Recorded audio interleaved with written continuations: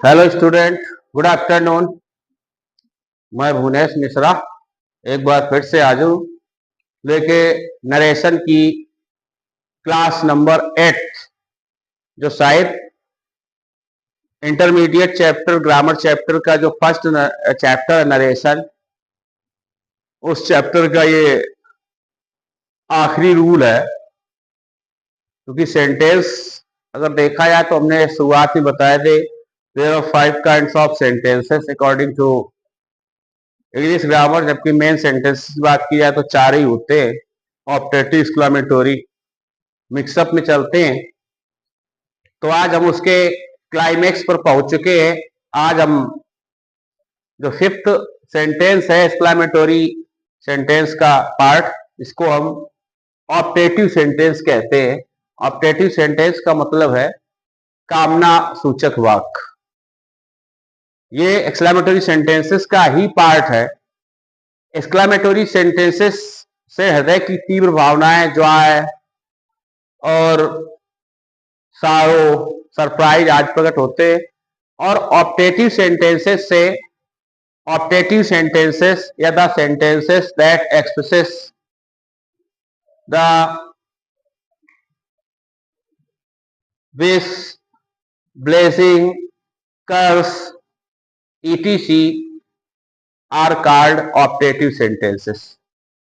जिस प्रकार के सेंटेंसेस से ऑप्टेटिव सेंटेंस कामना सूचक वाक्य वो वाक्य होते हैं जिन वाक्यों से अभिशाप, वरदान, आशीर्वाद, शुभकामनाएं आदि का भाव प्रकट होता है। इन वाक्यों में भी एक्सक्लेमेटरी सेंटेंसेस की तरह ही अंत में या बीच में मार्क ऑफ एक्सक्लेमेशन दिया होता है और प्राय ये सेंटेंस में से आरंभ होते। तो without any delay let's start the class. Rule number first हम देखेंगे। जो सेंटेंस का यह 5वां पार्ट है, to change the optative sentences into indirect speech, कामना सूचक वाक्यों की इनडायरेक्ट होना। इसमें रूल नंबर 1 हम देखेंगे कि ऑप्टेटिव सेंटेंसेस से प्राय ब्लिस या ब्लेसिंग, कर्स, अभिशाप, विश, इच्छा, वेलकम, स्वागत आदि के भाव प्रकट होते हैं। रूल नंबर 2, ऑप्टेटिव सेंटेंसेस की इनडायरेक्ट बनाते समय inverted commas, comma inverted comma के स्थान पर कंजक्शन दैट का ही प्रयोग किया जाता है। Point to be noted. इसके बाद रूल नंबर 3 में जाएंगे। यदि ऑप्टेटिव सेंटेंस का वाक्य, रिपोर्टेड पार्ट का वाक्य में से आरंभ हो, एम बाई में, और वाक्य के अंत में मार्क ऑफ एक्सक्लेमेशन दिया हो, आरंभ हो, तो सेंटेंस और सेंटेंस में आशीर्वाद या वरदान या कोई अच्छी ब्लेसिंग की गई हो, कामना की गई हो, तो इनडायरेक्ट बनाते समय हम सैड या सैड टू के स्थान पर विश्ड का प्रयोग करते हैं। अगर आशीर्वाद दिया गया, वरदान दिया गया है, किसी के प्रति अच्छी विशिंग की गई, कामना की गई है, तो हम सैड या सैड टू के स्थान पर विश्ड का प्रयोग करते हैं। और कंजक्शन हम बता ही चुके हैं, इसमें भी कंजक्शन दैट का ही यूज होता है। इसी आधार पर रूल नंबर 4 में जाएंगे। ऑप्टेटिव सेंटेंसेस की इनडायरेक्ट बनाते समय यदि हमारा रिपोर्टेड पार्ट का सेंटेंस में से आरंभ हो रहा है, तो इनडायरेक्ट बनाते समय में के स्थान पर माइट हो जाता है। After the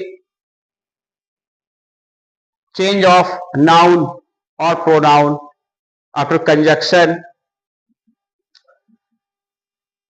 H. एग्जाम्पल पर हम जाएंगे। इसका फर्स्ट एग्जाम्पल देखेंगे। तो ऊपर से नीचे तक हमने रूल ये जान लिया कि ऑप्टेटिव सेंटेंसेस से ब्लेसिंग, कर्स, विशेष, वेलकम आदि के भाव प्रकट होते हैं। यदि ऑप्टेटिव सेंटेंस के रिपोर्टेड पार्ट के सेंटेंस से ब्लेसिंग, अच्छी कामना, आशीर्वाद, स्वागत या अच्छी भावना प्रकट हो रही हो तो सैड के स्थान पर विश्ड का प्रयोग करते हैं, और इसमें कॉमा के स्थान पर कंजक्शन अगेन दैट का ही प्रयोग किया जाता है, अर्थात कंजक्शन दैट ही लगता है तथा मे के स्थान पर माइट हो जाता है। इस रूल के आधार पर हम एग्जाम्पल फर्स्ट देखेंगे। एग्जाम्पल फर्स्ट लिखा है the old man said to me, the old man said to me comma start may you live long. कहता है बूढ़े आदमी ने मुझसे कहा कि ईश्वर करे आप दीर्घजीवी हो, आपकी उम्र लंबी हो, मे यू लिव लॉन्ग। तो इसमें वरदान दिया जा रहा है, अच्छी कामना की जा रही है। तो जब इसकी इनडायरेक्ट पर हम जाएंगे, इनडायरेक्ट बनाएंगे तो बनेगा द ओल्ड मैन सैड, या सैड टू की जगह लग जाता है विश्ड, क्योंकि अच्छी कामना की गई है। The old man wished me, conjunction वही आएगा दैट। इसके बाद हम प्रीवियस सेंटेंसेस के नियमों के अनुसार ही प्रोनाउंस को पहले देखेंगे। प्रोनाउन इसमें दिया है यू, यू कौन सा पर्सन है? यू सेकेंड पर्सन का प्रोनाउन है। सेकेंड पर्सन के pronoun change according to the number and object of the reporting verb. Reporting verb के वचन और ऑब्जेक्ट के अनुसार बदलते हैं। अब रिपोर्टिंग वर्ब का ऑब्जेक्ट हम देखेंगे तो रिपोर्टिंग वर्ब का ऑब्जेक्ट लिखा है मी, तो यू सेकेंड पर्सन है। जब मी के अनुसार चेंज होगा तो यहां सब्जेक्ट हम मी का ढूंढेंगे तो आई हो जाएगा, और प्रीवियस हम बता चुके हैं आई के बाद मे का हो जाएगा might, I might live long. और इनडायरेक्ट बनाते समय मार्क ऑफ एक्सक्लेमेशन हटा दिया जाता है, क्योंकि वह हम ऑप्टेटिव से असर्टिव बनाते हैं। इनडायरेक्ट बनाते समय हर एक सेंटेंस, चाहे किस प्रकार के टेंस या सेंटेंस का इनडायरेक्ट बना रहे हो, इनडायरेक्ट बनाते समय वो असर्टिव में ही जाता है। अब इसी आधार पर हम रूल नंबर 5 को देखेंगे। रूल नंबर 5 में दिया है कि यदि रिपोर्टेड पार्ट का सेंटेंस में से आरंभ हो और सेंटेंस में कर्स अर्थात अभिशाप, कोई बैड फीलिंग्स, किसी के प्रति बुरी भावना, किसी को अभिशाप दिया गया हो, किसी के प्रति बुरी कामना की गई हो, तो हम सैड के स्थान पर, सैड या सैड के स्थान पर कर्स्ड का प्रयोग करते हैं। कर्स बोले तो अभिशाप, कर्स का प्रयोग करते हैं, और मे का माइट और कंजक्शन दैट का ही प्रयोग होता है। एग्जाम्पल देखेंगे। एग्जाम्पल नंबर 2 लिखा है he said to his enemy, he said to his enemy, उसने अपने दुश्मन से कहा या उसको देखकर कहा, कॉर्ड का start may you go to hell. अब अगर may you go to hell की बात की जाए, हेल माने हेल मीन्स होता है नर्क, और गांव में लोग गो टू हेल कह देते हैं। गो टू हेल तो नहीं कहते, लेकिन लोग गांव में हिंदी में कह देते हैं भाड़ में जाओ। अंग्रेजी में उसी को ट्रांसलेशन में हम कहते हैं गो टू हेल। इस तरह नर्क में जाओ, या किसी ऐसी जगह जाना जहां कोई हर एक व्यक्ति ना जाना चाहता हो, है एक गंदी जगह या नर्क मानते हैं, तो गांव की भाषा में उसको कह देते हैं भाड़ में जाओ। उसी को अब तुमसे ये कोई कहे गो टू हेल, तो कोई अच्छी कामना तो कर नहीं रहा है, तो वो कर्ज कर रहा है, अभिशाप दे रहा है तुम्हारे प्रति। उसकी फीलिंग जो है बैड फीलिंग है, क्योंकि हालांकि वो बात अलग है कि जॉन मिल्टन का एक ग्रेटर इपिक है, उसका नाम है पैराडाइज लॉस्ट। पैराडाइज लॉस्ट में एडम और ईव की कहानी है। जैसे अपने यहाँ अपनी हिस्ट्री में, अपने इपिक में, महाकाव्यों में मनु और शत्रुपा की कहानी है, तो इंग्लिश इपिक में पैराडाइज लॉस्ट में जो जॉन मिल्टन का लिखा हुआ फेमस राइटर ऑफ इंग्लैंड, उनका इपिक है जो अपने लोगों का ही कॉपी किया हुआ है। उन्होंने मनु और शत्रुपा का नाम अपने इपिक में रखा है एडम एंड ईव। मनु का नाम एडम रखा है, एडम मतलब आदमी, उसी को अंग्रेजी में आदम को वो एडम कहने लगे, हमारे यहाँ आदम कहा जाता है। और शत्रुपा जिनको अपने ग्रंथों में पढ़ते उसको वो ईयू कहते हैं, यू। और अपने यहाँ जो विलेन होता है रामचरितमानस में, महाभारत दुनिया का सबसे ग्रेटेस्ट इपिक है महाभारत। कोई भी इतना बड़ा इपिक नहीं है, महाकाव्य नहीं है। उसी तरीके से विदेशों में महाकाव्य बने, उसी में जॉन मिल्टन का लिखा हुआ है पैराडाइज लॉस्ट। उसमें जो विलेन का कैरेक्टर जैसे अपने यहाँ रामायण में रावण, रामचरित और महाभारत में कौरव, उसमें भी दुर्योधन, शकुनी, उसी तरीके से जो जॉन मिल्टन का लिखा हुआ एपिक है, ग्रेट एपिक है, महाकाव्य है पैराडाइज लॉस्ट, उसमें उन्होंने एंटागोनिस्ट के रूप में अर्थात विलेन के रूप में शैतान को दिखाया है। हम लोग शैतान बोलते, वो सैटन कहते हैं, सैटन। तो आदम यानी आदमी को एडम, मनु को एडम, शत्रुपा को ईव से, और जो विलेन होते हैं रावण, कंस वगैरह, उस तरीके से उसको उन्होंने सैटन के रूप में दर्शाया। शैतान, सैटन कहते हैं, सैटन।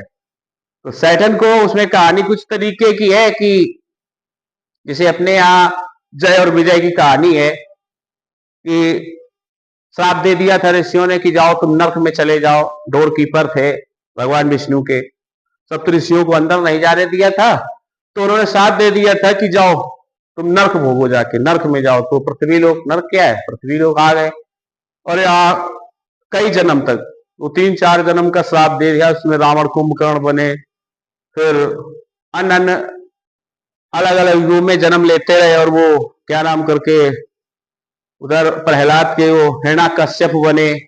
इस तरीके से उन्होंने उसी तरीके की कहानी पैराडाइज लॉस्ट में दिखाई है कि एडम भी, एडम जो था, एडम और यू मनु शत्रुपा दिखाए गए, और शैतान जो है वो वही गॉड के हेवन में गार्ड का काम करता था, सर्वेंट था। कोई गलती कर दी इसी तरीके से जैसे अपने आज जय विजय ने की थी, और गॉड ने उनको साथ दे दिया या आदेश दिया कि जाओ तुम नर्क में जाओ। तो आता है शैतान, तो शैतान उसमें एक बात ये कहता है, वो बोलता है कि it is better to reign in hell than serve in heaven. It is better to reign in hell than serve in heaven. उसका मानना था कि स्वर्ग में नौकर बन के ना रहो, स्वर्ग में नौकर बनने से अच्छा है कि हम नर्क के राजा बने रहे। नर्क के, क्योंकि उसको नर्क का राजा बना दिया, साफ दे दिया था गॉड ने कि जाओ नर्क में जाओ, राजा बनो। तो उसने कहा था कि it is better to reign, reign मतलब शासन करना, it is better to reign in hell than serve in heaven. स्वर्ग में नौकर बनने से अच्छा ये है कि हम नर्क के राजा बन के रहे। कहने का मतलब ये है कि हम चाहे छोटी से छोटी चीज के मालिक बन के रहे, वो ज्यादा बेटर है, ना कि हम किसी अरबपति या करोड़पति के यहां जाकर के नौकर का काम करें। नौकर का काम नौकर का ही होगा, ये है कहने का मतलब। तो बात ये हेल की वजह से हो गई। हालांकि यहाँ तो गो टू हेल एक बैड फीलिंग संबंधित है, तो जब इसकी इनडायरेक्ट हम बनाएंगे तो बनेगा he said to his enemy may you go to hell. उसने अपने दुश्मन को देखकर दुश्मन से कहा कि भगवान करे इसका बुरा हो जाए, ईश्वर करे ये भाड़ में जाए, ईश्वर करे इसकी टांग टूट जाए। तो बनेगा ही कर्स्ड, CURSED, ही कर्स्ड हिज एनिमी। कॉमर्ट कॉल लगा, कॉमर्ट कॉल तो इनडायरेक्ट बना रहे तो कंजक्शन लगेगा that. He cursed his enemy that. अब यू सेकेंड पर्सन है तो एनिमी का मतलब ही, second person change according to the object of reporting verb. Reporting verb का एनिमी है। एनिमी में हमने बताया था जब जेंडर क्लियर ना हो तो मेल को वैल्यू देते हैं, या ही मानकर हम ही करेंगे, और मे का हो जाएगा might, that he might go to hell. ईश्वर करे कि वो नरक में जाए। अब इसी तरीके से यदि ऑप्टेटिव सेंटेंस के डायरेक्ट स्पीच का वाक्य किसी विशिंग वर्ड जैसे good morning, happy Holi, happy birthday, happy new year, happy, जैसे ऐसे किसी भी वर्ड से आरंभ हो जिसमें अच्छी विशिंग की जा रही हो, तो हम सैड के स्थान पर विश्ड का प्रयोग करके शेष सेंटेंस जो गुड मॉर्निंग, गुड आफ्टरनून या जो लिखा उसको जोड़ देते हैं। और उसके विपरीत उसका भी एक एक्सेप्शन है, अपवाद है, कि अगर दो वर्ड यानी बेड और गुड नाइट दिए हो, गुड बाय दिया हो और गुड नाइट दिया हो, तो ये पार्टिंग वर्ड होते हैं। गुड बाय कहने का मतलब अलविदा है, हम अनिश्चित समय के लिए किसी से विदा ले रहे हैं, फेयरवेल हो रहा है, मिलना है। और गुड मॉर्निंग और happy new year, happy Holi, happy birthday, तो ये हम जाकर उसके यहाँ विशिंग करते हैं, इसलिए विश का प्रयोग होता है।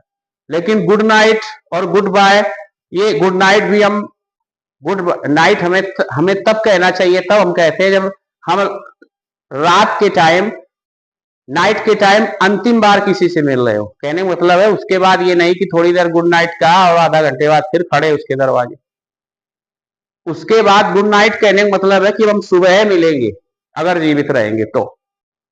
ठीक, तो गुड नाइट एकदम पार्टिंग टाइम का आ जाता है। वही गुड बाय भी तभी कहा जाता है जब हम कम से कम दिन भर के लिए या 2-4-10 घंटे के लिए एक दूसरे से पार्टेड हो रहे हो, तो हम गुड बाय का प्रयोग करते हैं या गुड नाइट का प्रयोग। ये पार्टिंग वर्ड है। और गुड मॉर्निंग और इसके अलावा हैप्पी बर्थडे, हैप्पी होली, किसी भी फेस्टिव अवसर पर सेलिब्रेशन या विशिंग करनी हो तो हम विश्ड का प्रयोग करते हैं, इसलिए इसमें कोई कंजक्शन नहीं लगता है। अब हम इस पर जाएंगे जब इनडायरेक्ट बनाएंगे। ये लिखा my mother said to me good morning, तो इनडायरेक्ट बनेगी my mother wished me, said to wished me, चाहो तो ए लगा सकते हो, a good morning. My mother wished me a good morning या my mother wished me good morning. और goodbye जिसमें हम बेड, अगर गुड बाय या गुड नाइट आता है तो हम सैड के स्थान पर बेड का प्रयोग करते हैं, BAD, BED बेड नहीं, BAD बेड का भी होता अभिवादन।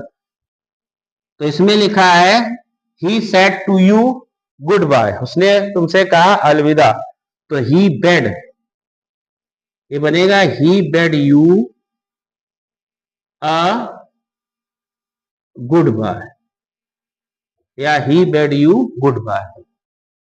इस तरीके से अगर ऑप्टेटिव सेंटेंस का वाक्य जो रिपोर्टेड पार्ट का सेंटेंस है और सेंटेंस ऑप्टेटिव है, वो वेलकम से अगर शुरू हो रहा है तो सैड के स्थान पर वेलकम का प्रयोग हो जाता है। अगर ऑप्टेटिव सेंटेंस में थैंक यू दिया है तो सैड के स्थान पर थैंक्ड का प्रयोग कर देते हैं। इस प्रकार से बहुत सारे ऐसे वर्ड हैं जो उन्हीं को हटाकर और उन्हीं के अनुसार चेंज कर दिया जाता है। जैसे अगर दिया गया है माई फ्रेंड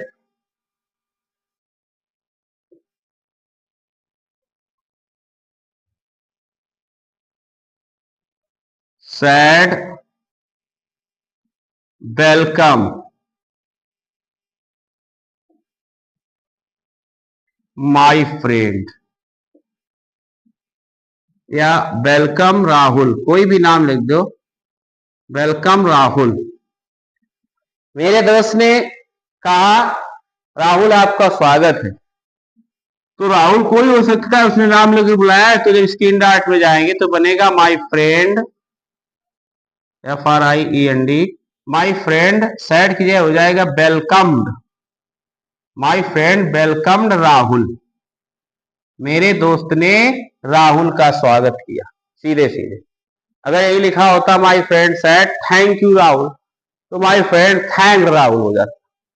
बहुत सारे ऐसे वर्ड होते हैं। अगर माई हेवन, ग्रेट गॉड, इस तरह का भी लिखा होता है तो उसमें भी ईश्वर के लिए प्रयोग किया जाता है, उसमें भी विश्व का प्रयोग करते हैं। इस तरीके से अगर देखा जाए तो इंटरमीडिएट ग्रामर के नरेशन का जो पहला चैप्टर है, आज वो उसका क्लाइमेक्स हो चुका है, पूरा चैप्टर कंप्लीटेड हो चुका है। और इसकी अब हम इसका लेंगे, एक टेस्ट लेंगे। और हाँ, अभी माय अपोलॉजी, एक नियम छूट गया है जो इंपरेटिव सेंटेंसेस का पार्ट बी था।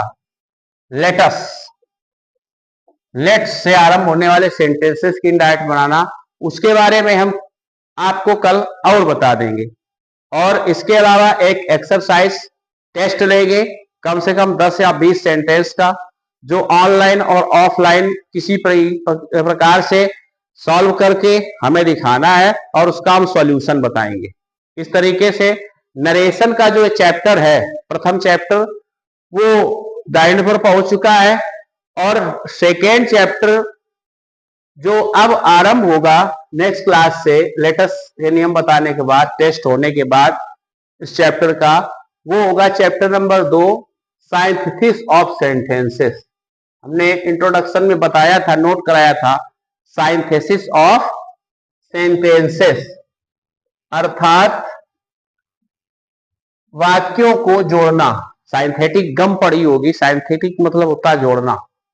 वाक्यों को, दो या दो से अधिक वाक्यों को आपस में सिंपल, कंपाउंड, कॉम्प्लेक्स में करके एक दूसरे को आपस में जोड़कर एक sentence banana synthesis of sentences कहलाता है, जो हम कल या परसों क्लास से पढ़ेंगे। और कल एक एक्सरसाइज भी देंगे। इस तरीके से जुड़े रहिए।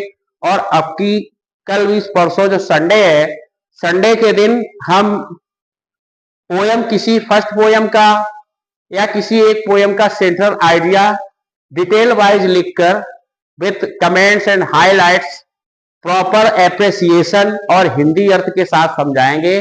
स्टूडेंट्स उसको नोट डाउन करेंगे और उसी हिसाब से एग्जाम में उसको लिख के देखेंगे, अच्छे नंबर आएंगे।